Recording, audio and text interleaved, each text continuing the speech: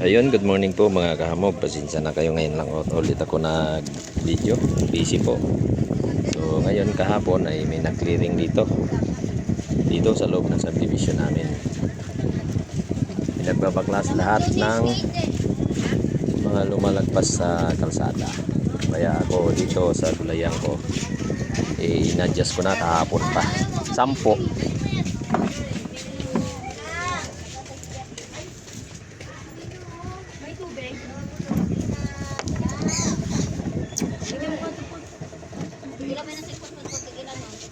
Tingnan po natin sa labas.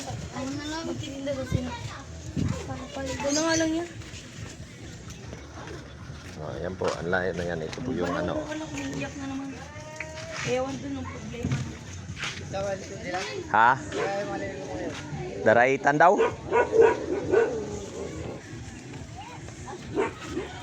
Ayan. Ako ay sumusunod lamang parati sa kanilang gustong mangyari. Nagaya ng mga obstruction. Bakit pati ako ginamay pa nila sa ano, pati yung tindahan ko tinuro pa, hindi naman ako nasa labas ng kalsada eh. Pasok ako sa bahay ko eh. Ito yung poste eh. Oh. Kita mo ba niyan itong nakalabas yan? Ayan ang tindahan ko. Diba? Ano mga kahamog ang pasya nyo dyan? Kawawa naman kami rito. Bumabayad kami ng maayos. Good standing kami sa lahat ng bayaran dito.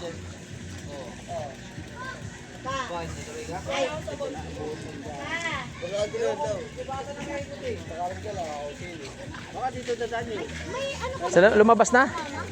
Saan ba siya nakasakay? Sa kay Joshua? Ay hindi, dito si paring Chok dumaan na pag ganun palabas. Wala na. Alis na yun. Bakit? Kinin mo? Jim. Abakal mo ba rin dyan? Masaya lang ako. Daraitan yan, baka mamig ikandaan eh. Oo. Sigurado dyan talaga yun. Ay, kulit ha, pareho mo ta.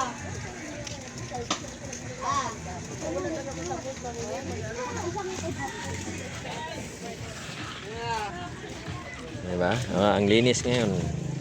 Hoy, ba't wala kang dali? Sabi nila babalikan eh. Kaya, bagay, always naman sa akin, ang harapan ng bahay ko at sa tindahan ko na napakalinis. Parating malinis yan. Wala akong nakapark. May tricycle man ako, may motor man ako, pero wala dyan.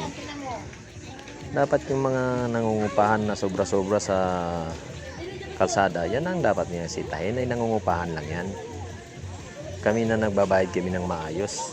Pati kami dinamay. O diba mga kahamog? Hanggang dito na lang po muna mga kahamog. At ako po ay mag-aayos muna ng aking mga dapat ayusin dito sa aking tindahan. Maraming salamat, God bless po.